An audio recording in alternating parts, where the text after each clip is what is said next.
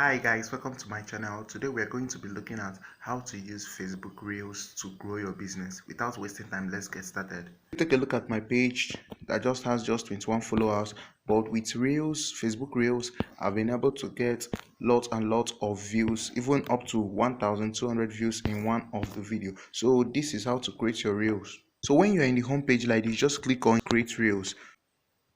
You can choose to pick from already made videos. You can also use the green screen feature. You can use music. You can use your camera. I prefer using already made videos. So what I'll do is to come over here, select and just a video.